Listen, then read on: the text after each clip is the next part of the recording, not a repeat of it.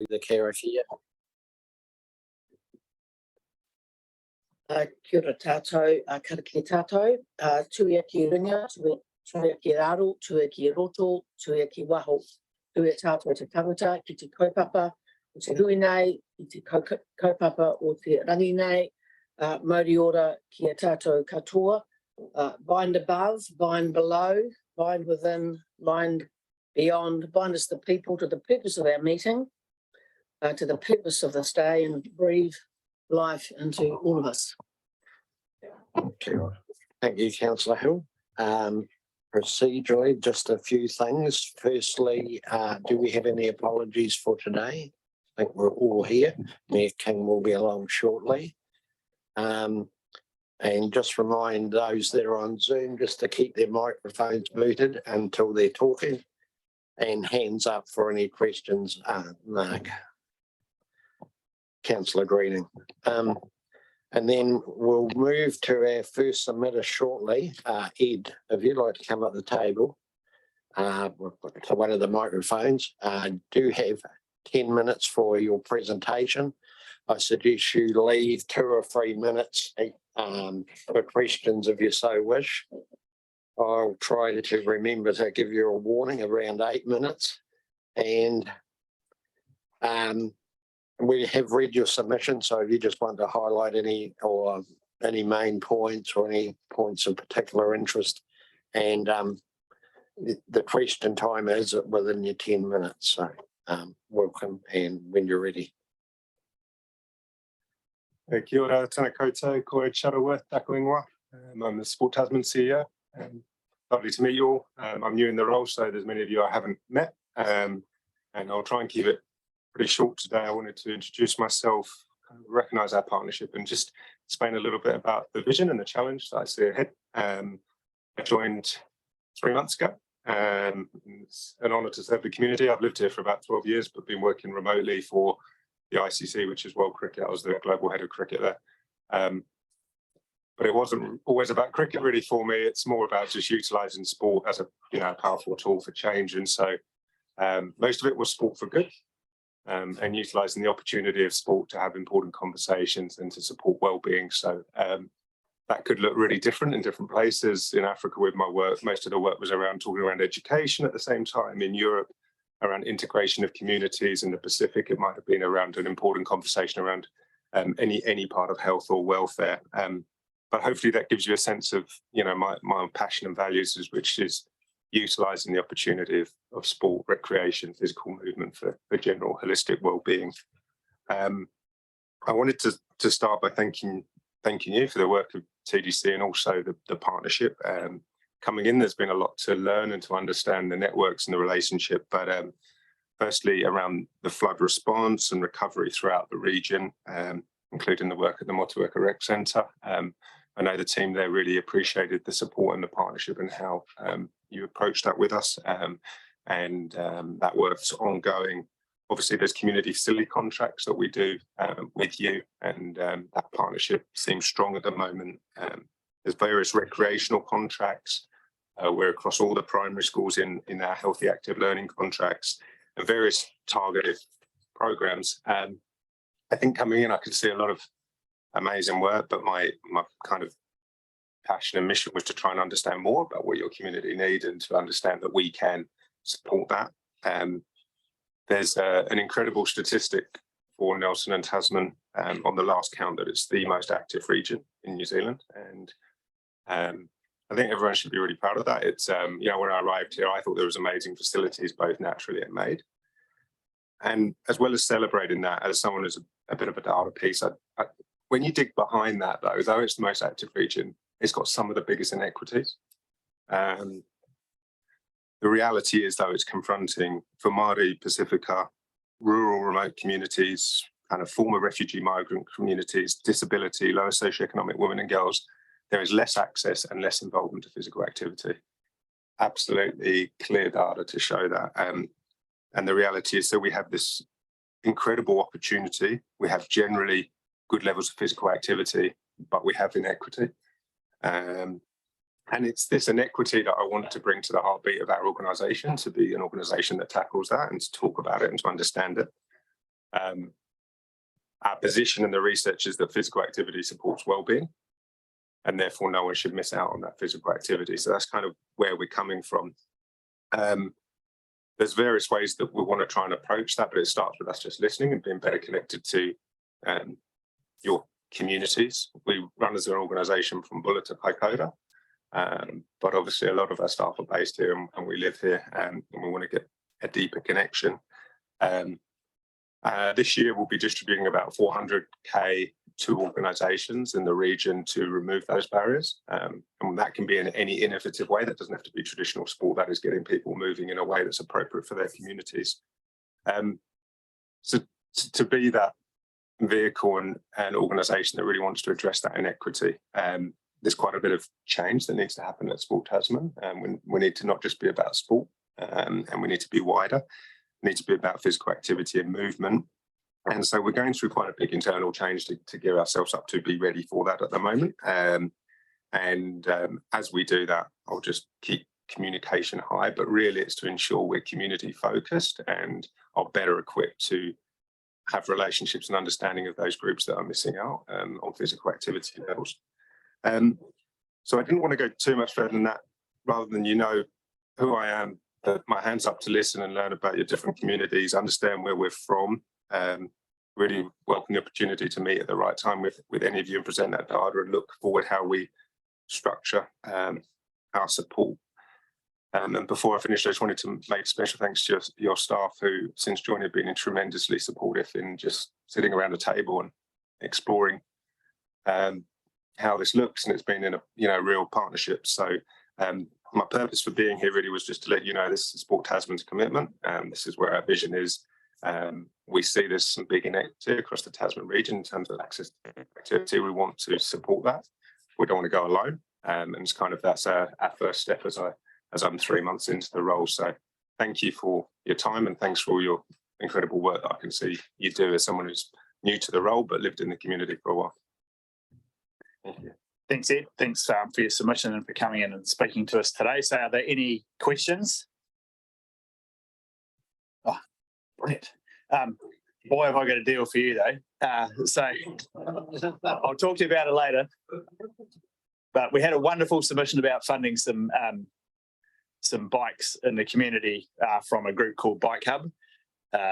And so great, exactly along the lines you said about supporting access, dealing with inequity, enabling a whole range of people to access what is a fantastic outdoor environment, and trying to break down some of those barriers that exist. As you say, we're already an active community, but there is that significant inequity, and there are some barriers for a part of our community to access what the rest of us enjoy is kind of, I guess, we take for granted. So yeah, I will catch up with you, or someone will catch up with you about the opportunity to support that particular.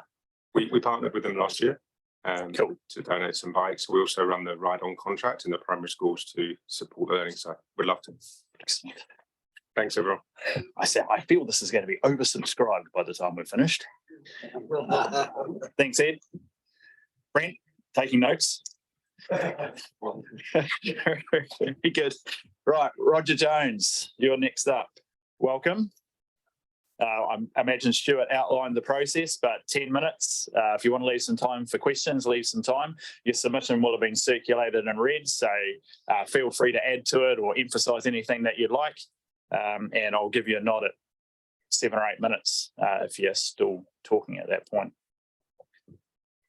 Okay, I've been asked to speak at this meeting. There's a little bit I've taken out because I added on about the 9.6% rate increase as well, but you probably don't want to hear about that. Making zoning changes on the Waimea Plains, I feel, has to stop because that is our food bowl. So if you want to increase the housing density around Richmond, why not use some of the present vacant areas that we've got and increase it by putting homes in there that will be up to 4 to 6 stories high. Now, by putting homes on the Waimea Plains, it'll not only do It'll do two things. It'll take land out of production forever, and it'll change the climate. I can give an example on that. In Australia, they changed the Amberley Airport. They extended the runway and it changed the climate. They now get more storms, less rain and hotter summers. I see that we don't really have a housing problem, we have an immigration problem. Every new home here needs to be fitted with a 5,000 litre rainwater tank connected to the laundry and toilets, which they do in Australia. Here in Richmond, there are a lot of reserves that I touched on. I think these are what you need to look at for high density housing. Car parking in Richmond is becoming a problem. Maybe it's time to think about a car park building that you can build 2 levels and add on to it later. You need to get bikes off the footpath on Queen Street. Sooner or later, someone's going to get hurt. I've stepped out of a shop more than once and nearly been hit by a bike.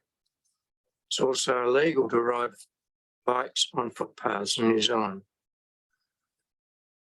Whoever redesigned Queen Street sure knows how to make a mess of things, because now we've got a narrow road and wide footpaths. Gladstone Road, Queen Street intersection. You need to ask the people who use it every day how to fix it. Don't let engineers near it, as they only complicate things. But a flyover makes sense to me.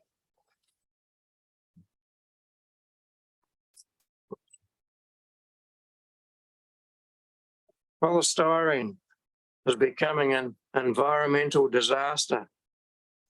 3 years ago, I approached the town council about recycling polystyrene and was told it can't be done, even though I had supplied information from a company in China that I contacted about a machine that does just that, recycle it.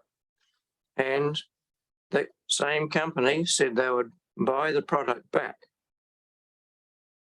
at the end product. The machine cost $20,000 then, and someone in Christchurch is using one. Ratepayers should get 1 day a month for dumping free at the local dump.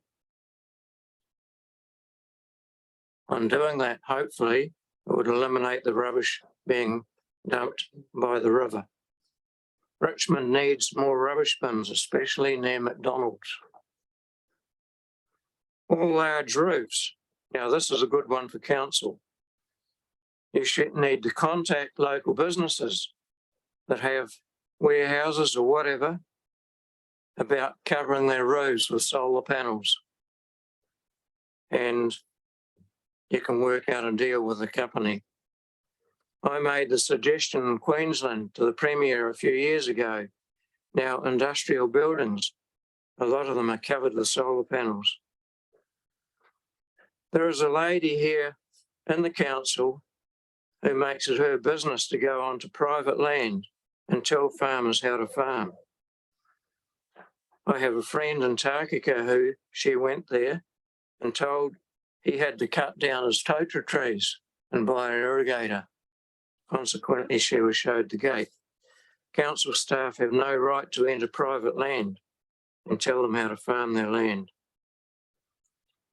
I would like to see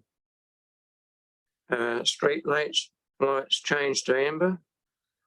And I'd also like to see the lawn next to you here become a rose garden in the memory of Bill Wilkes. That's my life. Thank you, Roger. Are there any questions that anyone has, either from anything that Roger's spoken to this morning or contained in his written submission? Dan. Okay. Yeah, thanks for that. The polystyrene recycling machine, I'm really interested in that because I'm in an industry that have a lot of polystyrene and it's one of my pet hates as well. So have you got any more information on that? I can find it. Yep, not a problem. I brought it into the council here And as I said, I was told that it couldn't be done. Yet I approached the company in China. The end product comes out like toothpaste. And when you get a container full, they will buy it back and they turn it into picture frames in China. Yeah, I'd like to get that off you. Thanks. Okay. Cool. I'll give you a card or something. Okay, not a problem. Thanks, Dan. Any further questions anyone has? If not, thank you, Roger. Thank you for your submission and for coming in and speaking to it. Next up, we've got Mary Nichols from Motueka Arts Council.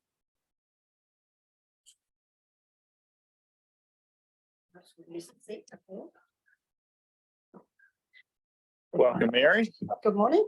Thank you for this opportunity to speak with you. No problem. Doesn't want to stand up this morning. That's all right. No problem. By all means, use the seat.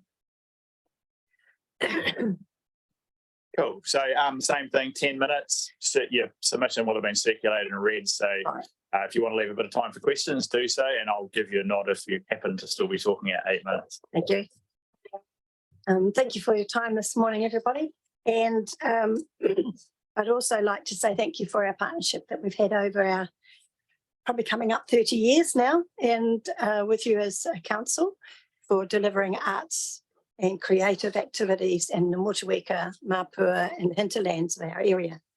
I'd like to speak this morning to show how art is so important in our communities and how it brings communities together, and it supports our communities and individuals within it to have a interesting, a healthy, well-being lifestyle, and prevents a lot of other problems at the other end of the spectrum from that. And I'm going to read it to say it to you as your 12 points of your 10-year annual plan, and how we actually support that through our arts and our art delivery. So I'll take my glasses off now, seeing who is all here, and so I'm going to read. So we put in a major increase within the population of Motueka, Mapua and our central hinterlands, plus the influx of many visitors and campers and nomads in our district, with the representation of a very diverse cultures amongst them. This will require a sustainable approach to this issue to ensure an environment for everyone that is inviting, nurturing, respectful of cultures, and improves all residents and visitors' well-being, which will in turn enable care and prosperity for our community. Excuse me. Art of all types is a means of bridging and improving the work and delivering of these aspects. Appreciating and involving in others' cultures by a physical activity, by watching, listening, improves respect and understanding of each other's uniqueness. Art projects and exhibitions is a way for sharing these types of differences. Working with natural materials in the creation of artworks, such as weaving or sculptures, involves the knowledge of the materials environment needs and the sustainable care. This then encourages upcycling, recycling, nurturing sustaining production, and the appreciation of the ecosystems. Excuse me. I haven't been up long enough, I don't think, this morning. Yeah, that's what it is. It's a coffee I need.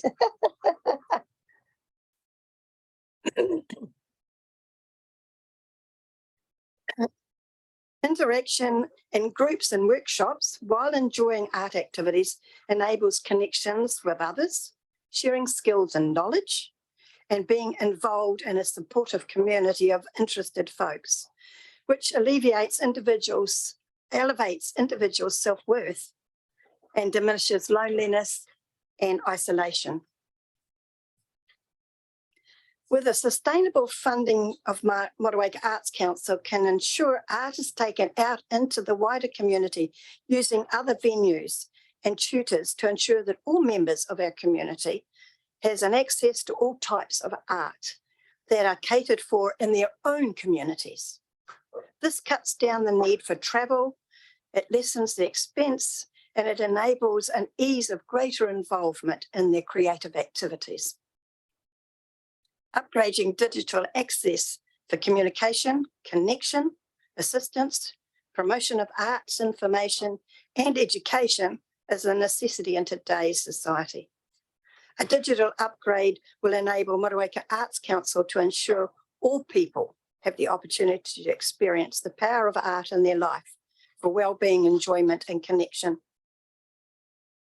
Art projects and interactive art involvement are a great way to assist communities to be informed, educated about the investigated alternative ways of improving biodiversity, pest management, freshwater improvements, and managing different wastewater options.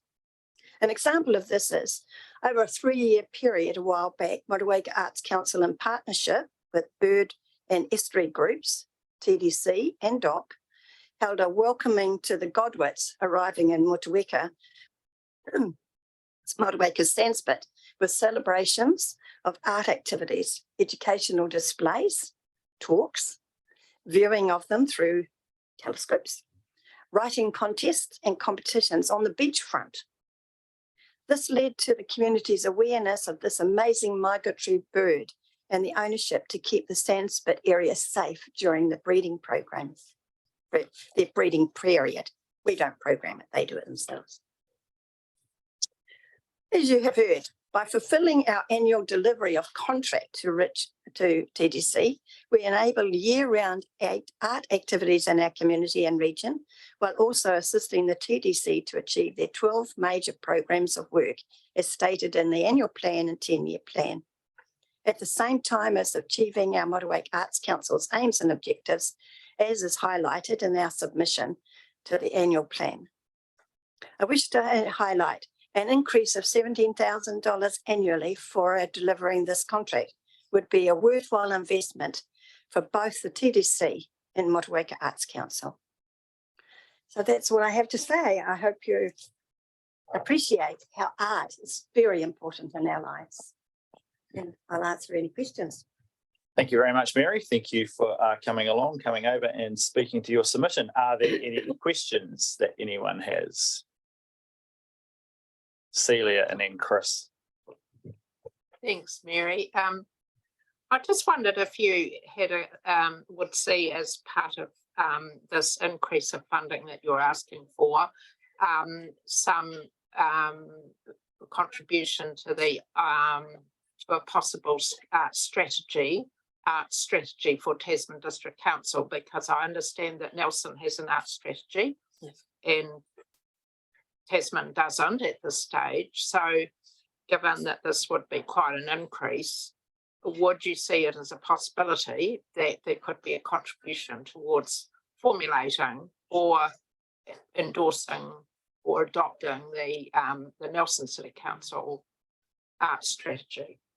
Yes, I do believe the art strategy that's been adopted by the Nelson City Council was originally developed by as a regional Nelson region art strategy, but I understand it hasn't been adopted as such by TDC. Yes, we as an Arts Council in Motueka are very much in for that sort of agreement and partnerships.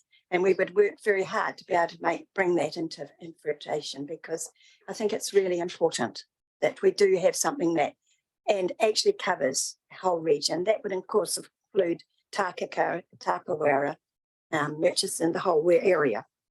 And that would enable our to extend further into those areas would be the hope, because everybody would be under a similar agreement. It may need some tweaking for our council and our area, but yes, that would be definitely something we'd be working towards. Thank you, Chris. Thank you. Morning. I appreciate your efforts and endeavours in the art world and within your community. It's essential, isn't it? Absolutely. Yeah. Just wondering whether in previous years you've received funding from any other sources. So when I look at the budget,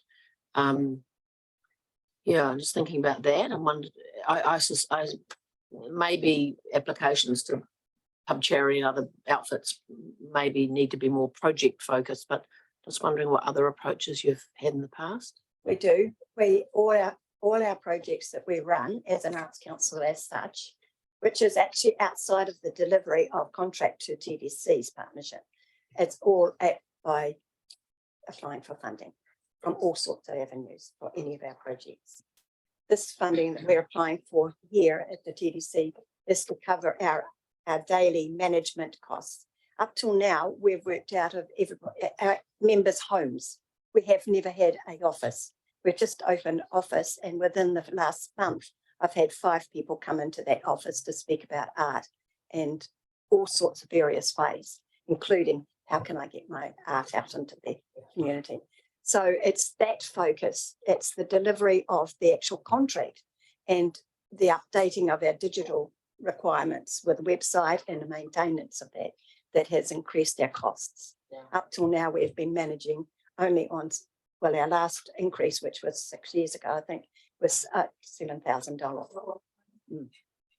And with the project the funding you get for projects, various projects, do they incorporate some portion towards if art workers' time is Yes. needed? Yes, Yeah. it is. Yes, there's always art worker. We also put into there our insurance that we have to cover because of our activities out in the community, which is really high now. Right, thank you. You're welcome. Thank you. Thank you, Chris. Are there anything further? If not, thanks very much, Mary. Thanks for coming over and speaking and answering those questions. Cheers. Yeah, I feel a bit guilty about getting a coffee. Yes, I was thinking that. Trinity, thank you for pointing it out more obviously to everybody. I was hoping that would sneak under the radar. So, right, next up, Mick Simmons. Mick, can you hear us? So Mick's on Zoom.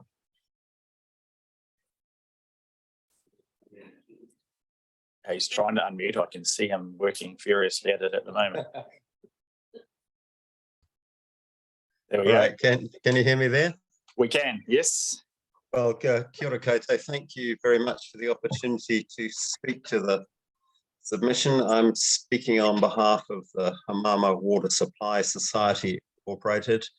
We're not fully functioning at the moment because we're still in a bit of flux over the status of water legislation. We've been in discussions with council since 2016. This was initiated by council about us taking over ownership of the scheme, which was established in 1960 and we've managed locally with a TDC closed account since the 1980s. And we were told that council would sell it to us for $1, and we were very pleased with that.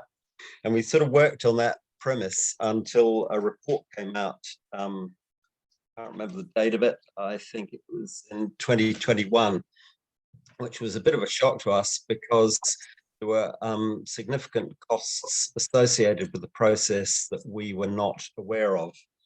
And they included the cost of a referendum under the Local Government Act and also changes to the annual plan, which would require a special consultative procedure. Now, the current Water Services Entities Act and the report back, the Rural Technical Services Working Group still allow for the transfer of schemes such as ours, which are in a little bit of a limbo that we manage it, but nominally the ownership is with TDC, even though it's been fully funded by the community. That's still in limbo, but there is still a provision to move those schemes to full community ownership. And so what we would like council to consider is putting in a provision in the annual plan that would avoid us having to go to a special consultative procedure. Now, I'm not sure of the framework that you would have to put in here, because I understand that it could also have some effect on some other your financial impact statement. There's a couple of other little technical issues that get tweaked by this, but this would basically keep the options open until we know the full impacts of water services entities legislation and the rest of the Five Waters 10 entities package that has yet to be presented. Okay, thanks, mate. I'll take questions, Chris. I suspect that's a conversation because the annual plan, I don't think counts as the special consultative process. Only the 10-year plan does. But I'm sure we can have a conversation about ensuring if there's a need for the Hamama scheme, whatever decisions we need to make to go through that, then it's probably best to do it as part of a process we're already running. As you correctly point out, doing it specifically for that scheme on its own doesn't make sense, and it's a costly exercise. So the point is definitely noted, and we'll get some advice back on the best way to, or the best process to use in order to get the outcome that you need without the cost falling on the scheme itself. I appreciate that. Thank you. Right. Thank you, Chris. Thanks, Mick. Just to say, appreciate that you keep plugging away in this area very competently, and that you've had an idea about how to get around those costs. So the scheme's still obviously keen to take it on, and yeah, I guess whenever the process gets worked out. Well, we're following all the legislative requirements that we're required to do with Taumata Arawai, and I appreciate that's with help from council staff there, but we're working closely with Evan McKenzie to make sure that we have all the appropriate boxes ticked. And until we know what the final outcome of the legislation is, we can't make a really informed decision on whether we take the scheme over. But at the moment, that would definitely be our preference, because we have a scheme that works with no external inputs. It all works on gravity, and any change that we've been told council would require connecting up to electricity and all kinds of things that would be challenging when we have weather events. Great. I look forward to our deliberations next week and hearing back about what's possible in terms of procedure, consultative procedure. Thanks, Mick. Thanks, mate. Any further questions? If not, thanks, mate. Thanks for coming on. Thank you. Next up, we've got Gear Thompson.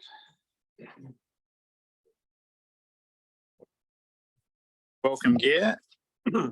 Thank you, Mayor, and fellow councillors. I guess you've got the general gist of how this works. So Yeah. I'll give you a nod at 8 minutes if you're still chatting. If you want to leave some space for questions, just leave a bit of time in the 10 minutes. I don't think I'll be that long. Thank you all the same. Just a few points. The schedule of fees. Excuse me. I think the 10% inflationary thing is likely to add to inflation, and obviously I think they should be kept to the minimum, and don't just feel that you have to follow Nelson and put theirs up, because I've objected to theirs as well, and it just adds to the general cost of doing anything. Excuse me, I might just have a drink of water.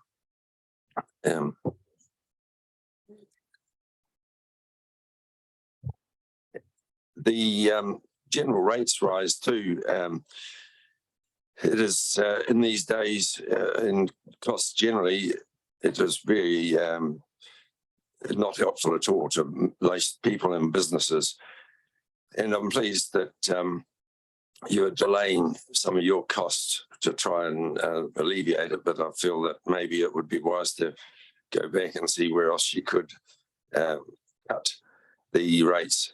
I also find it interesting that the horticulture in Richmond, their rate rise is only 8% 8.7 I think it might have been, but they're the ones that are benefiting from this Jolly Waimea Dam, and I would have thought that their rates would be greater than some of the other areas which are paying for it and not getting any benefit out of it.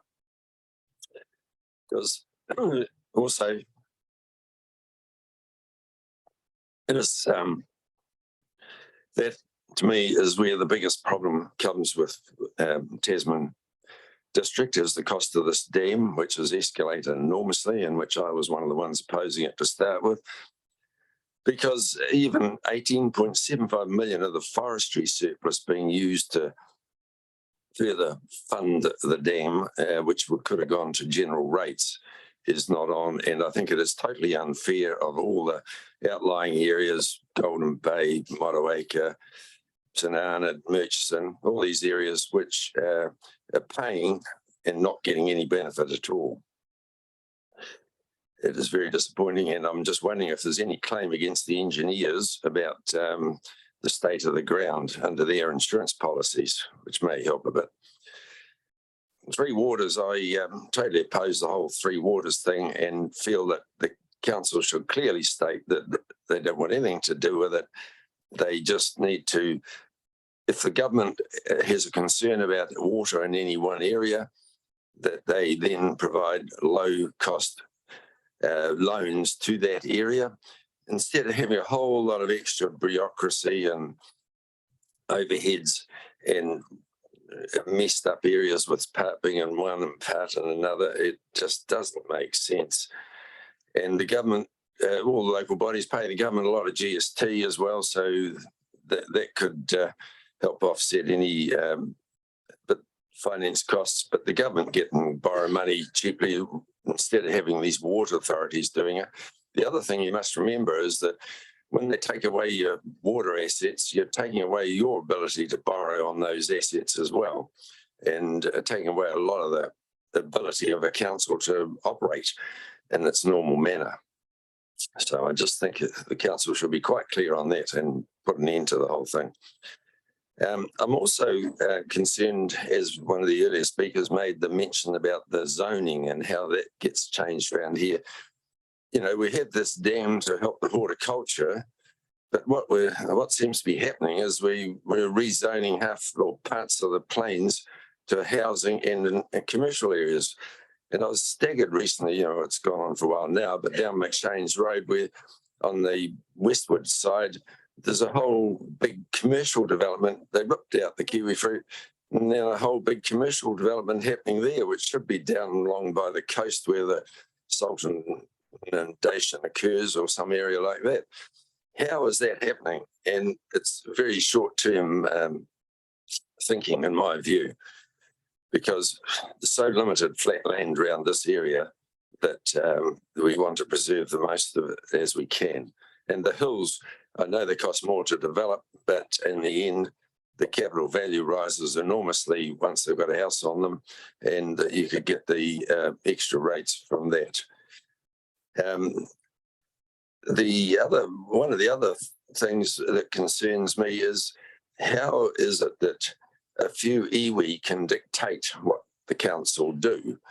Because we have a situation in Little Kaiteri where the road has been coned off for months or a year now or more, with a bit of flooding issue going on, through lack of being able to do anything, as I understand, because several iwi have held the whole process up.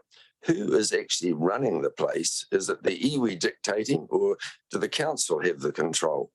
Which they should have. It's a public road, should be sorted and done and dusted. It's staggering if iwi can control things to that extent. And the debt is another concern out in Tasman here. The debt is getting to an enormous level. And of course, one of the main contributors is the dam, unfortunately. But with high interest rates coming and a debt like that, it doesn't bode well for the future. Anyway, happy to answer any questions if anybody has them.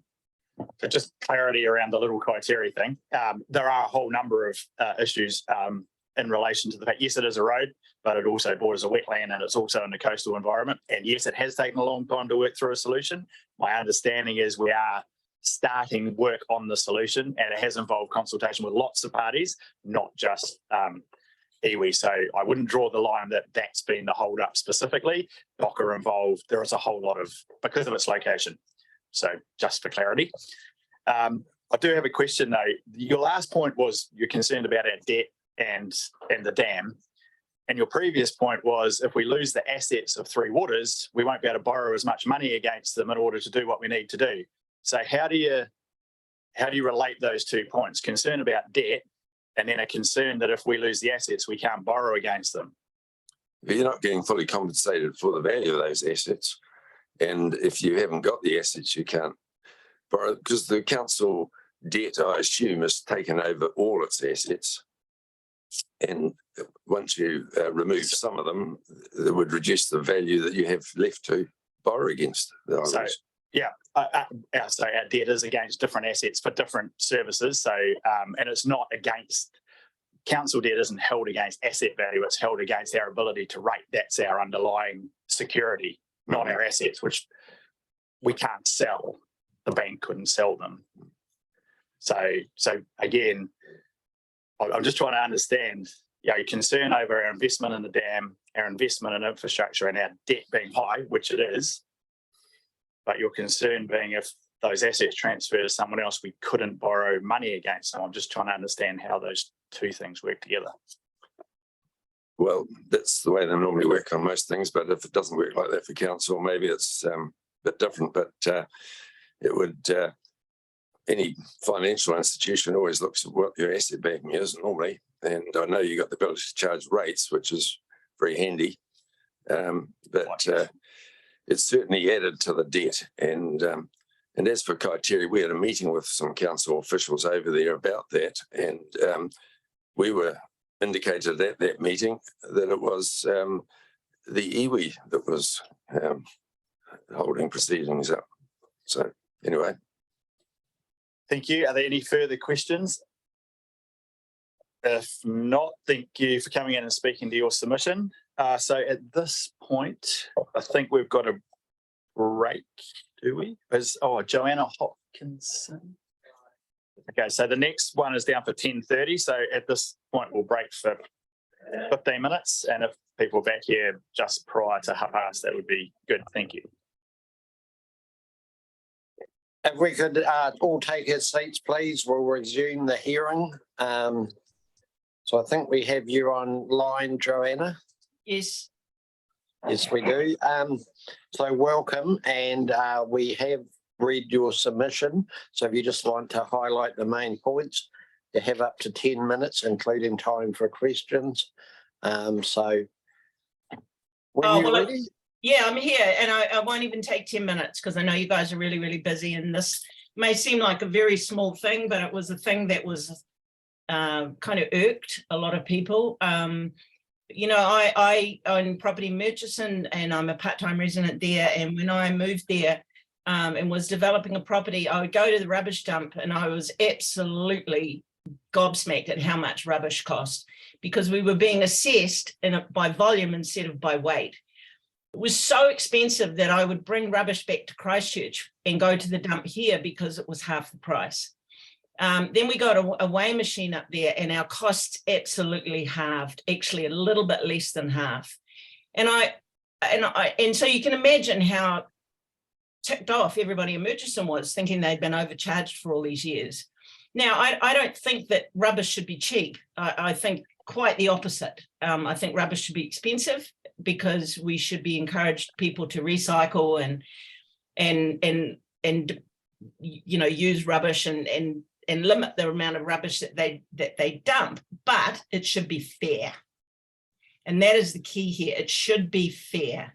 And Murchison has been overcharged for years and years and years.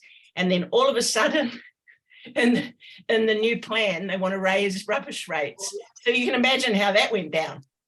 And I only bring this up because I think that you need to be aware that when you charge by volume, it's twice as much as it is if you charge by weight. So, and I just bring this up because I think you need to know this. Thank you. Anything further? No, that's all. So I'll see if there's any questions. Does anyone have any questions for Joanna? I think you've made your point pretty clearly. It appears there is no questions, Joanna, so thank you Thank for taking the time to make the submission. No, I thank you, but I appreciate it very much. Thank you very much. So with that, we'll move on to Debs Martin. Debs, you're here in the room, aren't you? Yes, you are. So Debs, you're well familiar with this process and you've heard me explain it a couple of times. So just when you're ready. Morena tatou. Good morning, everybody. I'm Debs Martin. I am the Program Manager for the Kotahi Tangamoti Taiao Alliance. I work for the Nature Conservancy, which partners with the Alliance to deliver on the aspirations of the Alliance's strategy. Obviously, you'll be aware through my submissions, and hopefully you know that Tasman District Council is an active member of the Kotahi Tangamoti Taiao Alliance.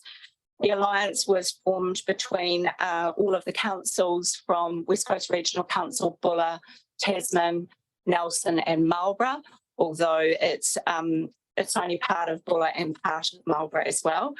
And the idea is for us to work across collaboratively on areas where it was identified by each of those organisations that we needed to work across boundaries to have better outcomes.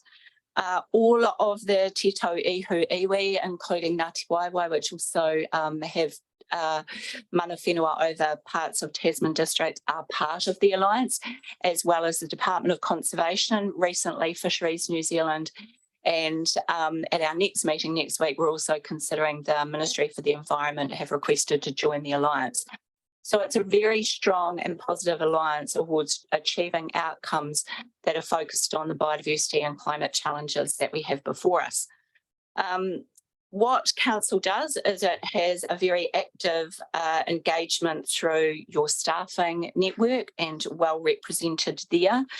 And also, obviously, you have been committing funding to this on current funding of $20,000 per annum. In our recent discussions across the Conservancy, across the Alliance partners, we touched on the fact that the work that we were doing far exceeded the expectations when that budget was originally set. And I've outlined some of those work that we've been able to achieve through the Alliance, bringing in around 23.4 million, although it depends who, if you ask MFE or DOC, whether it's 23.4 or 24.1 million. But we've been able to bring that into Alliance activities over a 3-year period, which is external funding. In the past year, the Nature Conservancy has brought in over $1 million in international funds towards supporting the work of the Alliance. And some of the work that we've been able to do has been working across agency to deliver work like the Mount Richmond Wild and Conifer Control, which is led by Tasman District Council. We've supported applications that are led by Tasman District, like the fish passage work and the wetland restoration around Waimiha Inlet, as well as cross-cutting work where Tasman are working closely with the Nature Conservancy through KMT to roll out a wasp biocontrol work, which you will have also heard as well. And so Nature Conservancy are leading that work as part of the Alliance. Other work that goes across the region includes our Restoring and Protecting Flora project, which is working with public and private landowners to grapple with some of the really intransigent weed issues that we have in our region, and looking at restoring those areas as well. So working across 17,000 hectares right across this particular region. And another project that we do is Nature Connections, which is a partnership with Whenua Iti, where they go into and work with schools and do a Nature Connections program. So that's been operating and that has received Jobs for Nature funding. So a very broad range of work that we're doing.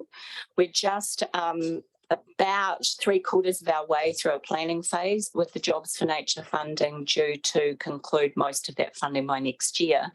We're looking at thinking at the work that we can next pivot to. And that has involved quite an extensive planning process, of which a number of the Tasman District Council staff are involved in, looking at issues that cross boundaries. So we're very conscious that Tasman District Council have adopted the Tasman Biodiversity Strategy, which is actually about delivering on some of the Kotahitanga Multitaia strategy aims, but also recognising that some of the work requires cross-boundary work to actually achieve that. The example, of course, being working with the Mount Richmond Wild and Conifer Group, which, although Tasman is leading, it's really imperative that we are working with forestry companies on that, but also working with the Department of Conservation as well, recognising some of those challenges. Another area that we were working on is building climate change resilience and adaptation. And so we've got quite a strong work program on that at the moment, and another one around marine restoration, identifying marine restoration as well. So there's a lot going on, and the work of the council and the investment of the council essentially funds a very small core work, which is what we call the backbone work of the Alliance, which is keeping me in my seat, but also additional support as well through administrative and communication support. And that budget, for the leverage that it's able to do, that budget is relatively small at $250,000 per annum, of which currently Tasman District Council commits 20,000, and we are seeking that increase to 40,000 per annum. Our rationale for that has been that we have been able to leverage funds through the Jobs for Nature for 3 years, but that funding is coming to a close. And so we're having to do a reallocation of funding. The detailed budget is, your staff are conscious of it, and they have that information there in front of them if you want to actually have more details around exactly what that budget consists of and the allocation of funds. I think it's a really exciting opportunity, and the other opportunity that this partnership brings in is the opportunity to leverage funds. And I think that's the critical thing. Is the 40,000 that we're asking is an investment that we can do to leverage literally tens of millions of dollars of funds. Now that's come through Jobs for Nature, but we're also starting to look at international investment opportunities, and we're looking at what we call at the Nature Conservancy Nature Vest, which is ways of investing in the environment and having supportive outcomes. So we're working with one landowner in this district, an ex-councillor, who's looking at blue carbon opportunities and how that might actually restore some of the environment as well as giving an on-farm income. We've also managed to secure some international funds to pilot an afforestation project with native revegetation to help support outcomes for waterways, but also to look at potential carbon markets there that will work across landowners where otherwise the level of income is quite small. So I will leave that there and just say that it's great to have, as I said, great to have had the support of Tasman District Council, engagement of the staff. And as I was just discussing before with Councillor Butler, I'm always available too if you want me to come and present more to councillors about the Kotahitanga Multitaia Alliance and potentially the partnership with the Nature Conservancy. So kia ora, happy to answer any questions. And yeah, you've done that well. You've got about 3 minutes looking for questions, so well done. Councillor McKenzie. Thanks very much through the chair. Thanks, Debs, for coming along. That last point I think is really important. So I certainly would welcome you coming along and actually presenting on the Alliance as a whole, so we can sort of get the complete picture. So that would be something maybe to think about. My question specifically is how much are Nelson City Council and Marlborough District Council contributing, and what are you asking them for? Those councils are contributing the same amount. They have contributed the same amount and we're asking for the contribution of the same amount. Councillor Kavanagh. Thank you. Over here. Down the end here. For all work you've done along here. You cover yourself across a lot of organisations. What's your relationship with the Waimea Inlet Forum Group, who are also doing a lot of good work around here as well? Are you party of that group, or just give me a bit of a heads up on that? So there's a lot of work that's happening across place where there are already existing projects like the Waimea Inlet Restoration Project. They are part of the KMTT strategy, and so they are I was actually part of helping put together the Kotahi Tangamoti Tile strategy in a previous role that I was in. And part of that work was doing a quick stock take of what we already know exists and seeing those as building blocks to build upon. Now, the Waimea Inlet strategy are delivering on goals within the broader KMTT strategy, as well as delivering on goals within the Tasman biodiversity strategy, as well as delivering on their own action plan. And so the work that we are doing is looking not to replicate that work or replace it in any way, but to help elevate some of the impact and opportunities. So potentially looking at some of the blue carbon work we've been looking around the Waimea Inlet restoration, and we've been bringing some of our international expertise to that table. So we're very collaborative in our work and very supportive of the community projects. We don't want to replace them. Our aim is to look at how we can better leverage their impact. Yeah. Thank you. Councillor Greening, we'll make yours the last question. Thanks. It's just a clarification, really. I get the impression that you're seeking the increase to cover the gap that Jobs for Nature is coming to an end.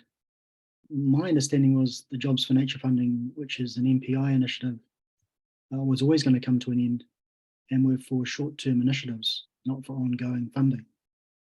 So I'm just wondering whether you've had discussions with MPI about what appears to be your gap in funding. So that's my first question. Have you had the discussions with MPI, and what was the outcome of that? But also just to get clarity around your planning and the fact that any funding that came from Jobs for Nature was always going to be fixed term and was coming to an end. There's two aspects of that. So our funding, there's MPI, there's MFE, and there is DOC funding through Jobs for Nature. So DOC, in setting up the alliance, made a commitment to put in some initial funding for the alliance. Now that pivoted to their investment through Jobs for Nature, which was $300,000 over 3 years, $100,000 per annum, to support the operations of the alliance.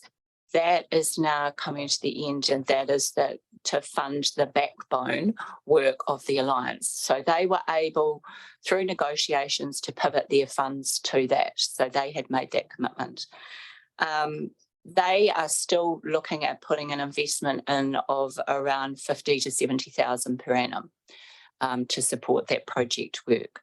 The second aspect that you are asking is around the Jobs for Nature. And so the Jobs for Nature work, when COVID hit and the question went out, we want to look at an investment package of relief work. This region was particularly able to respond and leverage through the fact of having the Kotahi Tangamoti Tile Alliance. Those work projects are coming to an end, but the work of our strategy isn't coming to an end. So we were able to capitalise on the opportunity of Jobs for Nature, but we didn't see Jobs for Nature as being the only way in which we would fund this strategy. In fact, when the strategy was developed, it was pre-COVID, so we didn't even anticipate that opportunity of that work stream. So we've been able to use that, and it's given us some really good runs on the board. What we want to be able to do is try and look at how we can continue that level of investment, and that's where the work of funding this backbone that we're seeking will enable us to be able to work internationally, nationally and globally to look at bringing in funds. And the fact that we're bringing MFE and Fisheries NZ around the table recently, there are opportunities to look at where we can see further opportunities within government funding and with the Nature Conservancy opportunities to tap into those international networks. So yes, it was always seen that this fund and the investment of DOT would come to an end, but it was taking an opportunity rather and enabling us to step up rather than being what the whole project was about. Thank you. Thanks, Debs. That brings us to the end of our time. So thank you very much for your presentation and answering those questions so fully. Really appreciate that. Thank you. Thank you.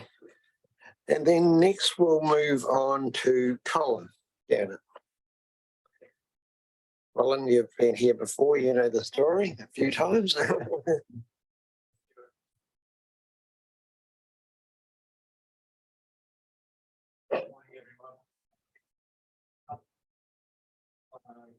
We can't read these things, we don't always, but anyway, I'll carry on.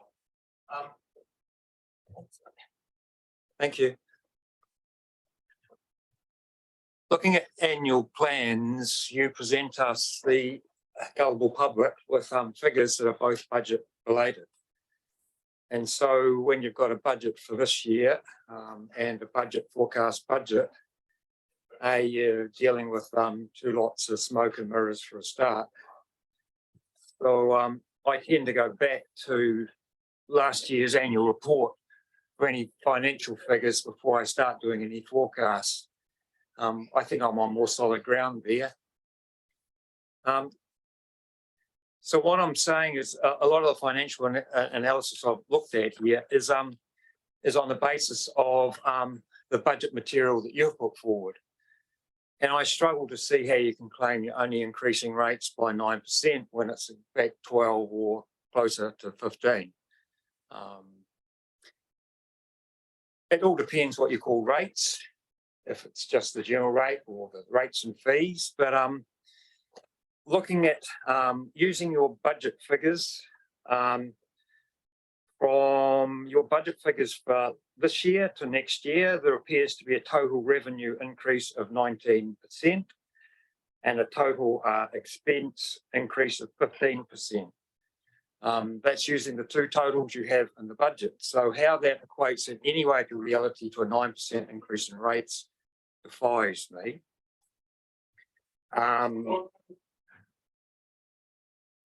General rates are going up 13.7%, targeted rates up at 7.9%, and development contributions 12.7%, using percentages on the figures in the plan.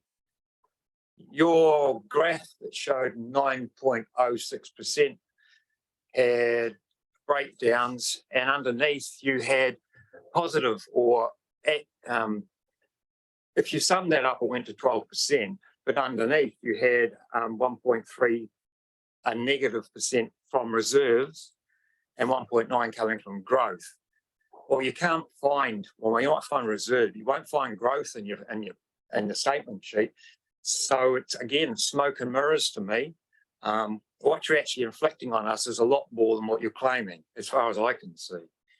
Now, if you've read this, you'll know I sheet most of the problem back to the council investing in a dam that is way beyond what it should have done.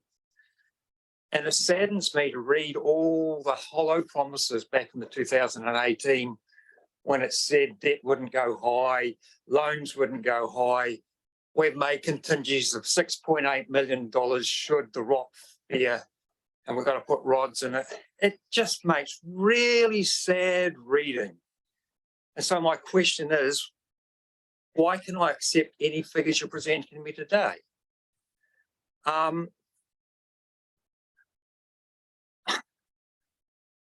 In the 10-year plan, I have what I've written here. It states that you have to raise your debt level from 200 to 250. Well, they're there for a reason. They're there to tell you to keep reins and keep within this. And yet what happens is that when you overspend, you just raise the limit or you range to. So there's no real control there. What's the point in having those things?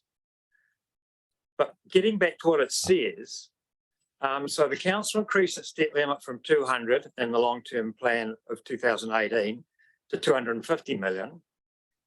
But then just in the next sentence, it says, in addition to the increased debt level of the council's balance sheet, the council has a liability of 36.4 million for the Waimea Community Dam through debt located in Waimea Water Limited. And the footnote to that is the council is a 51% shareholder in Waimea Water. Now, if that 36 million isn't appearing on your balance sheet and it's not presented to me, then I'm again accusing you of presenting me with false information about the financial state of the council. The more worrying aspect is that you're in partnership with someone who hasn't got any money. They're struggling to pay the interest rates on the loans already, and they haven't got any operating costs going out of the Waimea to pay for the ongoing costs when the dams comes into operation. We're on a hiding to nothing. And the other worrying thing is that everything defaults back to the TDC ratepayers if anything falls over, which is very highly likely to do. So Stuart, you made a really bad decision in 2018, along with the mayor and along with Kip Mailing, when you with the other people decided to put us into debt, knowing full well that we wouldn't have got ahead had we had a concrete contract for that dam with a fixed price, because no one would have given you one. So my worry is that we haven't got a full picture. I'm looking at what's happening with interest rates. And it's really hard to tell the loan situation here in this council. Interest rates have basically been, interest bill, basically it's $6 to $8 million a year for the last 4 or 5 years. Projected for the coming year on your plan, it's 11 million. It's starting to hit reality. That's the interest you're going to have to pay on your $250 million in loans with interest rates going up. When you look at the principal part that's due, it's like a dog's breakfast. Because what you do is your loans keep coming due every year. There's a current portion that can be anywhere from 50 to 100 million bucks. So it's really hard to get a clear picture.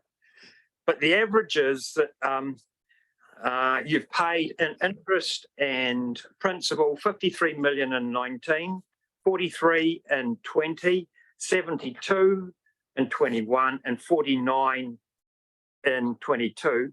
But you're only projected to pay back 26 this current year and 31. It looks completely unrealistic what's happening. And I'm afraid I've tried. I can't get to the bottom of everything here, but I'm worried that we're not being painted we're not being given the full picture. And returning to the point about that 36.4 that's not on the council balance sheet, that was 2 years ago. There have been more cost overruns. Are there other figures there? Are there other liabilities located in Waimea Water from TDC that we don't know about? And I can't find answers to that. So generally I'm saying, I don't think you guys have got the right to increase rates to any great degree of call. I don't know how you do it. But yeah, I feel like I'm commenting in the dark here, I'm sorry. So that's I'm a bit upset. Basically, I'm saying the chickens have come home to roost, and who's going to pay for it? It's the ratepayers that weren't given the option to have a referendum in the first place, that were sold, as far as I can see, absolute lies. And well, when I read what we were told back then as justification for going ahead with this project, they proved to be well far from the truth anyway. So yep. Thank you, Anyone got any Colin. questions? Yeah, I'll see if there's any questions. Does anyone have any questions for Colin? Here's not Colin. They must have understood that really well. Thank you. Have a good day. You too. Thank you, Colin. So then we'll move on to Mika. Mika.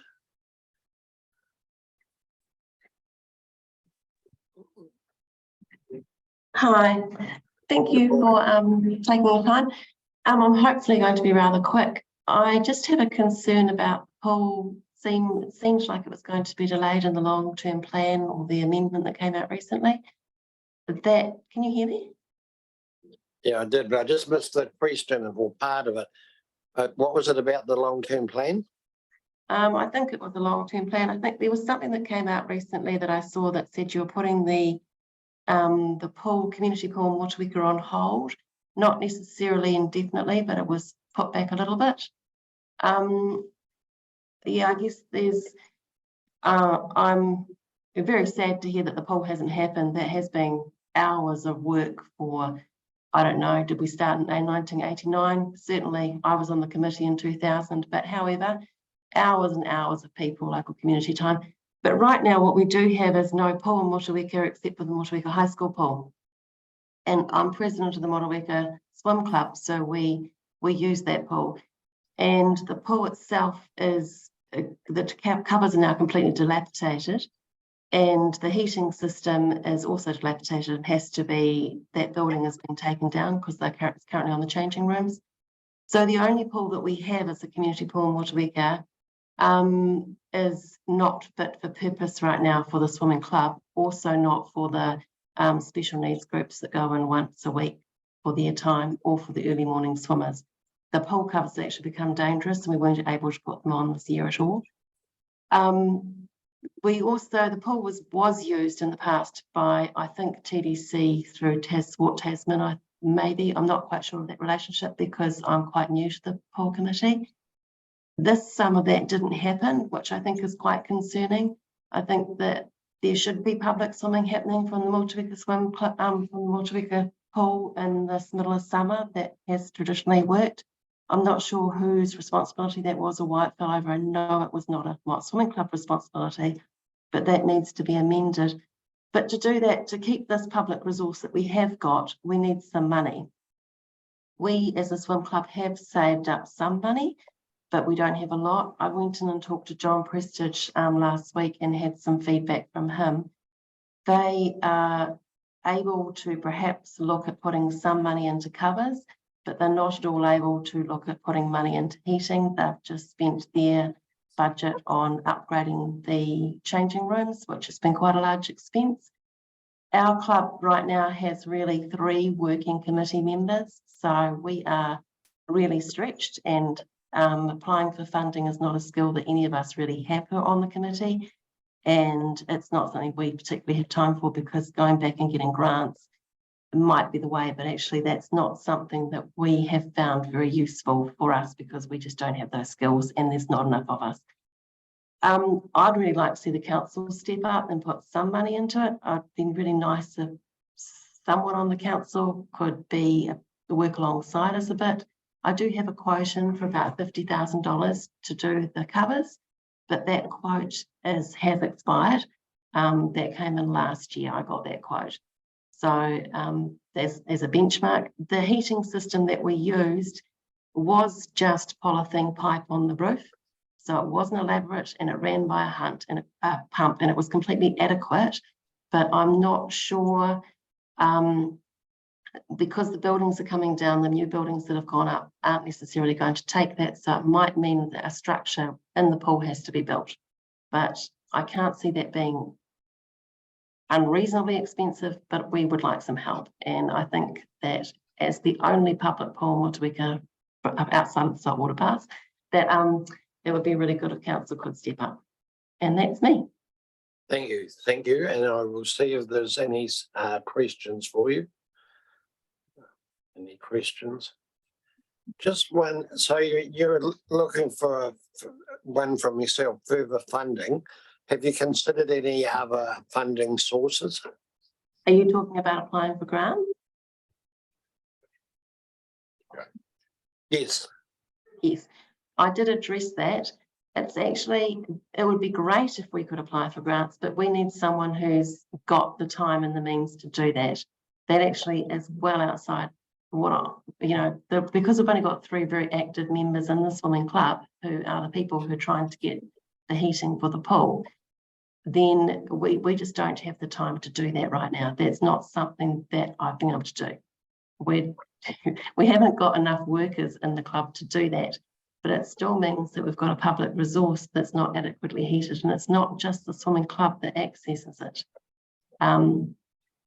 Yeah, so it's not necessarily solely our responsibility. Right, thank you. Councillor Walker, was it Councillor Elias? Then I'll come over to Councillor. Oh, and Councillor Walker. Hi, I'm just not quite sure from your. Hang on, Joe, you have to pull your microphone down a bit closer. I can hear you. Yeah, just pull it down a little bit. I'm just curious from your submission, I'm not quite sure how much you are actually asking for the council to contribute. Yeah, that's understandable because I'm not entirely sure either. So it was just that it was time to put the submission in, so I submitted it and thought it's time we had a conversation. I know I've spoken individually to people briefly who are on the council, but I just thought it was actually time that we had a proper conversation about it. So this is the beginning. Yeah, like I say, the quote came in for around 50,000. I think we have got about 15,000, but I'm not a financial person. Yeah, and John said he would put forward some money maybe for covers, but not for heating. So they may be able to contribute a little bit, but I really think that it would be good if council looked at providing that this is our public pool, that if maybe council could take some leadership role in this as well, or support us or something. If there's someone I could work with, that would be great. Yeah. Thank you. Councillor Walker and then Councillor Shieldgrace. Yeah, thank you through you, Stu. Thanks for your presentation, Mika. So you have had dialogue with John Prestige from Motueka High School. Oh, yes. Yeah. And there is some appetite for the school to provide something, but not too sure what. Now, he has said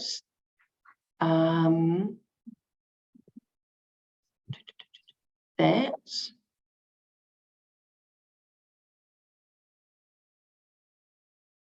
they could contribute something, perhaps for covers, but nothing like the total.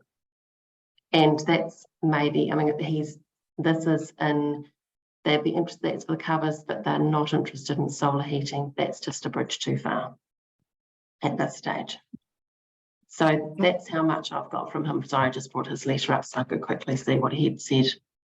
Yeah, thanks for that. And the other thing, I guess, and I sit here somewhat surprised to hear you call it a public facility, because I understood it was a Motueka High School pool. Actually, and it's not actually a public facility. Maybe someone can clarify that for me. Thanks. It was built by the community, and it was a community pool once upon a time, I believe. But yes, it is the Motueka High School pool. So I guess it's under Ministry of Ed funding, but that is the only pool that we use, and it's the one our kids have swum in for generations in the summer. That currently that's not happening for some reason. It is there, it is an asset, and it is used by the community because we don't have another one. Thank you, Councillor Shieldgrace. Yeah, just on that, if and when the mock pool does get built, do you think you'll still want to operate the school/community pool? Do we think we'd still use this one? Yeah. Would you still want to keep it? Would you utilise the new one? Still use this one? This one's Motueka Swimming Club? Just people in general, I'm just thinking, I know school pools kind of are becoming a bit of a thing of the past. You know, they're a big, we call them a bit of a burden sometimes. I know we're dealing with this at Wakefield School. So I was just thinking, if you do eventually get the pool, the dream pool in Motueka, is that something that, you know, would you look to still keep, or would you like to keep that pool going, or would you think that I pool can't will close? Motueka High School on that because I'm not Motueka High School. In the swimming club, it really would depend on what the pool looks like that the council puts forward. But when we're looking at how many years it's taken to get a community pool, and we still haven't got one, how long this pool now is not adequate, the one that people have been using in the community. And I know that you're saying it's a burden, but our drowning statistics are really, really bad. So, you know, we do need pools in our community, and people do need to be taught to swim, and they do need to have opportunities to swim. And it's an incredibly good thing for people who are older to be doing for swimming when they're swimming in the mornings. That morning swimming is really good for people. So that is all that we can offer in our community currently. So can we please keep that resource useful? Oh, I totally agree with the pool. I think they're a great thing. I'm just wondering if you're going to spend money on something like a heat pump system for your pool. Now we If did you- look if you- at it. Yeah, we did look at a heat pump, and we actually even got donated a heat pump. But the problem with the heat pump was that it was already older, and the high school wasn't prepared to pay for the funding, the maintenance on it, and the electricity use of it. So the solar heating that we have got is a really passive one. I mean, like I've said, there's only 3 people on our committee. The Motueka Swim Club actually has come back this year, but you know, clubs all over the place, as you're probably aware, are struggling a little bit. So I wasn't prepared for the highest to push. My conversation with John was that I don't think it's okay for us to put in something that might be too expensive for you to run. And then if we did not exist anymore, which doesn't stop the council opening up morning swimming, it doesn't stop the council from having Sport Tasman go in and run public swimming. And my hope is that the swimming club would continue, but you know, nothing's guaranteed, clearly. Does that help? Yeah, thanks. One more question from councillor Maru, and that'll be end of Thanks, yeah, hi, Vic, it's Brett. So it's sort of that question you've just said. How many swimmers do you currently have in Motueka Swim Club? Yeah, I knew you'd ask me this. Sorry, I've been incredibly busy lately and not even in town half the time. So yeah, I don't know. I think we're at 50-ish, 55 swimmers. The special needs group that goes in is about 7 or 8, I think. Stefan Lang runs that one. And the morning swimmers, there might be 30 people accessing it in the mornings, but the covers themselves have been very prohibitive for that to happen because they actually became dangerous and they were falling. Every now and again, one would fall in the pool. And if we'd taken out someone elderly with a swimming cover that fell on top of them in the pool, you know, that would have been pretty bad news. So this season we didn't even operate them. They've become too dangerous. So so I think having the pool a bit warmer would help. This season hasn't helped because it's been quite cold because we haven't had heating really, and we have not had covers. Thank you. Thanks, Mika.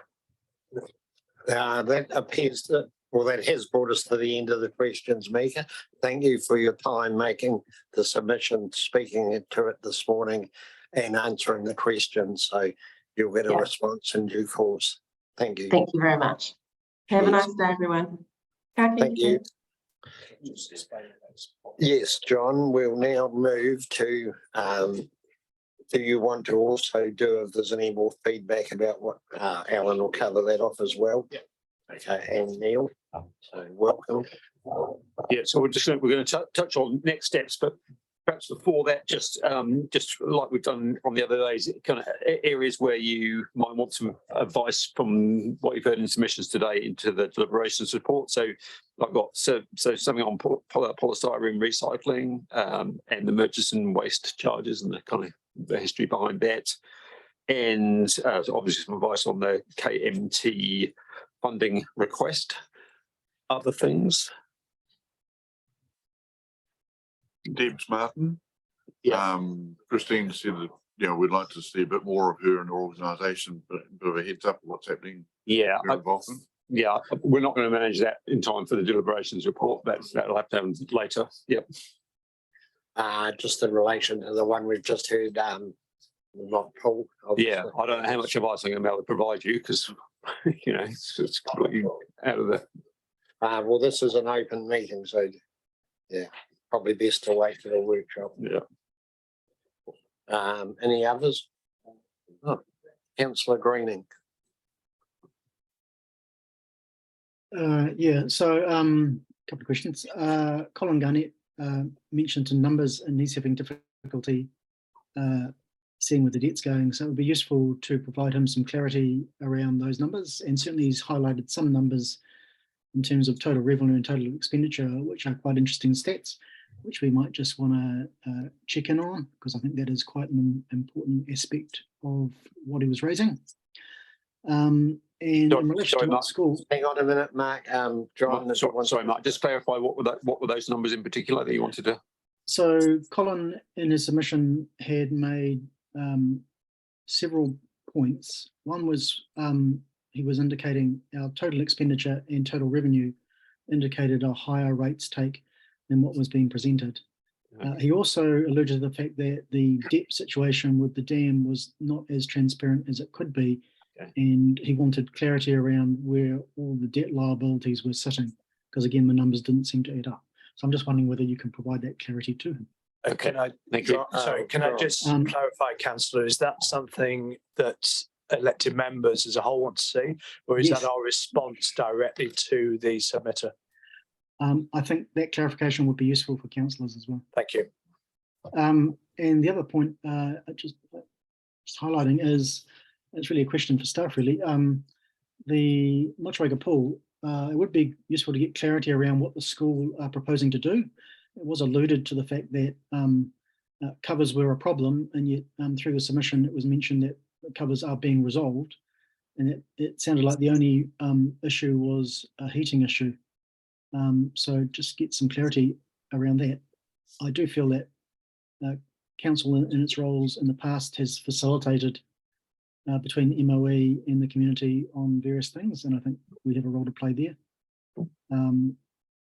And perhaps MOE might come to the party on the heating if it's drawn to their attention that there is wider community use, and it fits in with education's desire to improve swimming and reduce drowning. So I would have thought that all fitted with the MOE's larger goals, if not the schools. Is that achievable, Alan? Okay, well, we'll see what we can do. I say the timelines are really tight. That report's got to go out in the next week, so. Councillor Devon. Yeah, okay, so the information that I've been given is the fact that I presume council provided money to run the pool for the community last year, but that didn't happen because there was an unavailability of lifeguards. So the pool didn't actually open for the public during the time that it was supposed to. So I think we need to have a look and see if we did pay the money over, because it should sit there for this year if it's going to be able to happen again. Number two, so that was the reason why the pool didn't operate last year. The covers have fallen apart and they're taking down the old changing sheds, which has the current heating system on it. So I actually received a phone call the other night, which gave me just an explanation, and they just put their hands up for help and suggestions. So I did suggest to the treasurer who was speaking to me of some lines that she could go down, and just left it at that and told her to come back to me in about 3 or 4 weeks and let me know how she's going. I do have an issue that the councillors haven't seen the feasibility study for the new pool. I was very unhappy last week when I was talking to staff about it. So hopefully that is now going to push that forward to come to councillors, so you guys can have a look at it. Sometimes it's got to be approved if we're going to do something or not, and it's just dragging on and on, and it just doesn't seem to be a priority, which is starting to annoy me a bit. That's all I have to say. Councillor John. Message received. Yeah, absolutely. Heard that throughout the submissions. Thank you. Councillor Hill. You might have Haumama water supply scheme down there, just clarity around what SCP is, it would cover it, or what the options are. And timelines perhaps in relation to that one. Councillor Walker. And just one thing that Mary brought up from the Arts Council around the art strategy. Is that the meeting that we've got booked? Sort of. There was, I actually met, I was a bit green probably when I first arrived, but I was met by a fella, Johnny O'Connell. Yeah, thank you. Who had done that strategy with Nelson. I got the impression that this council decided not to adopt that as part of the art strategy. So that's easy enough to bring back. And it's a decision whether or not you adopt it or not. The work's already been done. And I don't think there's much cost to it. It's just adopting the strategy. But we'll deal with that later. I think that's maybe outside this process a bit. Yeah, I think it would need some consideration for maybe a workshop first and then a formal resolution. Right, any other matters? Appears not, so. So shall I just touch on the next steps? So basically we're due for deliberations on the 31st. Originally we were in for 2 days, but I think there's a day's worth of deliberations, not 2 days. So I'm proposing we do the 31st. So so we're writing the deliberations report to provide you the sort of advice you've talked about, and so that trying to put you in a position to make decisions on changes you want to make in the annual plan at that meeting on the 31st. And then basically we then write the final annual plan, and you're due to adopt that on the 22nd of June. So it's pretty tight from the 30th of May or 31st of May for the deliberations for us to then pull that together into the final document by the 22nd of June. So that's sort of a timeline. So I'd say that deliberations report has to go out onto the agenda next week. So, we're scrambling and doing as much as we can in terms of providing you the advice we can that you've asked for between now and next week. And the other thing is we'll try and make sure we have as many of the right staff in the room when you have the deliberations report to provide further advice as need be. Thank you. Just before I come to you, Councillor McKenzie, so that deliberation meeting, that'll be a formal meeting or a workshop? No, it's a formal meeting. It's an open meeting. Councillor McKenzie. Just maybe a process question. So we've heard for a number of requests for increased funding. We haven't actually heard many people say we've given them too much money and they want to give some back. So we have an idea of a potential rates increase at the moment across the board, 9.06. So when you pull together the deliberations report, do you need any steer as to, I might be sitting here thinking, look, I think there are some genuine requests that need to be met, but I don't actually have a desire to increase rates further. So therefore, in the deliberations report, I would be wanting you to bring me some options for how to maybe meet some requests and keep rates the same. So is that what you're thinking in terms of preparing information for the deliberations report? No, it's a challenge. The challenge we've got is we've got to run the model, presumably, Alan, and to actually come up with the number at the end. Well, in a sense, we've sort of been through this circle because we already, there were a bunch of other ways for reducing costs and reducing rates, which we discussed prior to the proposal and provided a consultation document, which for one reason or another, the council decided not to follow. So, we've already sort of been through that process. So, I wasn't anticipating we would bring a bunch of, somehow, pull out of the hat a bunch of additional savings. I think if you decide to fund additional groups, then that's likely to be a further impact on rates. And sometimes as we do the deliberation, that we've actually seek guidance if there's anything else we can take back out post before the formal. Sorry, the other thing I meant to mention is in the process, there are other changes that have happened, like dam costs, which weren't in the proposal, which will need to consider in that deliberations report. I think, Councillor, we haven't got a live model we can punch a number in and see the effect on rates. But that's my understanding, that we actually need to, if there's some additional things you want to put in there, we'd have to go away and work out the rate impact.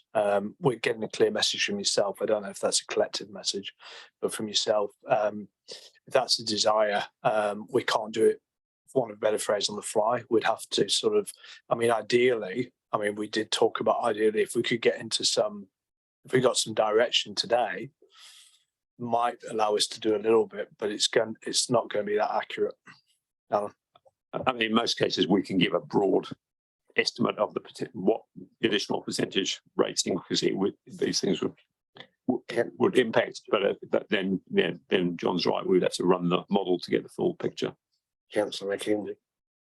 Thanks. I had a supplementary question. So, once again, it's a process question. So we had some considerations of some other things that we could do. We potentially chose not to go down that path. We've then gone out for public consultation.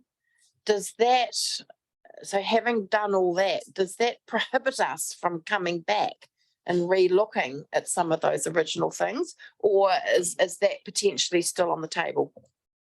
So, that's potentially still on the table, and some of the, as you'll see when you get the report, some of the submitters have suggested that they did want us to take some of those options. So, yeah, absolutely, you could change your mind at this stage. Yep.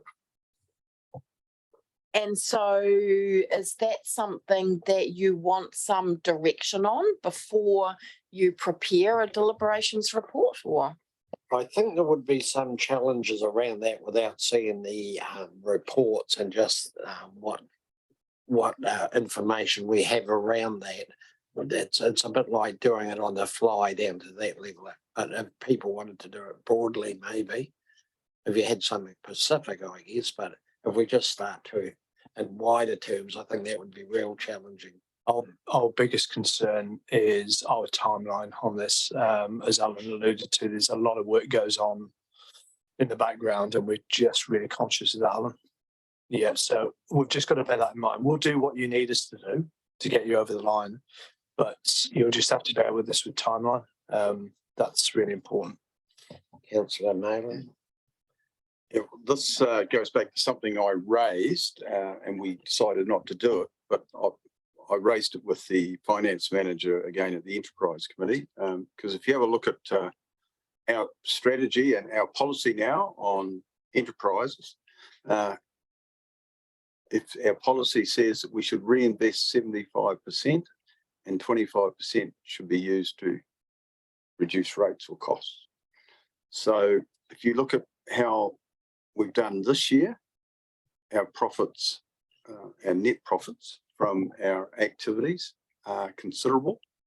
And I would like to use that to reduce the 9.6, because that's the message I've been getting, that 9.6 is too high. And I've raised that with the finance manager. So I would expect something in the report in relation to that, because I think that's something we need to think long and hard about going forward. Because if we've made a considerable amount of money from enterprises, and to me, we're only enterprises for one reason, to reduce rates, unless it's a social activity that we have to own something. And there are some things we have to own because of the nature of the beast that we are. But I don't see it. It shouldn't all be going back into reinvestment. There is supposed to be 25% to have an impact on rates going forward. And I think now is a good time to do that. In the past, we've been banking it because we've got a bill to pay for the dam. But my understanding is we could use that going forward. So I'd like that to be in the report, and so that we can give it due consideration. And you've got a chance to think about it well before the meeting. That's right. And Mr. Drummond knows that and the chair of the enterprise committee is sitting beside me, and he was aware of it as well. And so's Christine and Mike. So. Just so we can make sure the message is clear. So if I go to Mike, he will be really clear what you're suggesting. Before and after the meeting. Okay. Yeah, I spoke to him before and after the meeting. So okay. Certainly been discussed. Councillor Maru, and then Councillor Green. Thanks, Mr. Chair. I sort of want to echo Councillor McKenzie's statement, is that this is the most important decision for this table to make in terms of striking rate. And I'd expect to be able to listen to the feedback we receive from submissions and juggle some of those things that were there, and not juggle them so there's a higher rate increase. So certainly from things I've heard in the last 2 days, there's some things that have a higher priority. I'm thinking, why aren't we investing more in this?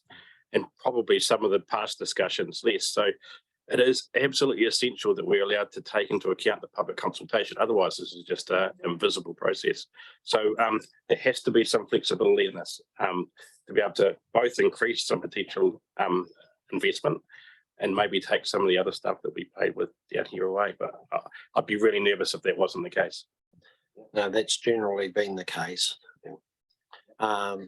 Councillor Greening. Yeah, in terms of enterprise, I mean, we are a little bit constrained there because a lot of surpluses for enterprise are actually funding dam debt, which was the direction of the council at the time.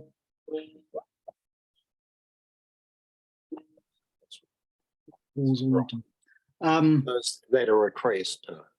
So that's just the observation there. I don't know how much room you've got. What I would like to see, and this is the concern I had from the very start, was we really did need to cut a little deeper and look a little bit outside of what was presented to us as cost reduction options. I think there are a number of options that weren't put on the table that should have been. My experience from this exercise has always been that if you don't go low, it just goes up. And it's very hard to come down because then you've got to do remodeling and you've got to come up with other options and we run out of time.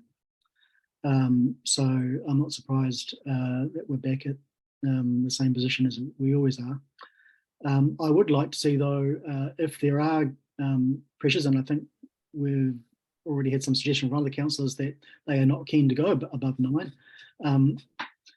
I'm keen to come down. I do think that staff need to go away and re-examine their operational costs and see where there are options to prune those back further, because they really do have an impact on budget. And as alluded to by Colin, our expenditure appears to have, total expenditure appears to have gone up. So I think there's room there to put a few more things for us to consider as opportunities to reduce. And as always, we get invitations to spend more money. So there potentially is some trade-offs there. But I don't think we have much room actually to make any more trade-offs unless we have quite substantial saving opportunities from our OPEX. Yeah. No, thank you, mate. I thought you were getting into deliberations, but we're not. So has there anyone got anything further they would like to put forward that staff report back on through the reports, Glenn? Yeah, it's just one of those ones we were considering was the ETS credits. It's another one like the enterprise. It might be something that's just easy and quick to look at, gives us an option. Yep, that sounds a good idea. Got that, John? Helen? Anything else? I think we've covered that pretty well, and you'll cover all the other things that has been raised. So with that, I think it's probably time to close the meeting. So, Councillor Hill, are you going to like to do the closing karakia, please? Sure. Karakia tātou, ki ohora te marino, ki whakapapa pauramu te moana, aroha atu, aroha mai, tēnā tātou, tēnā tātou, tēnā tātou katoa. Let calm go forth, the sea shines like the greenstone, goodwill has been exchanged and acknowledgements to, well, everybody. Thank you. Thank you. Thank you all for your attendance and enthusiastic input today. We look forward to talking to you at the deliberations meeting. We're going to do making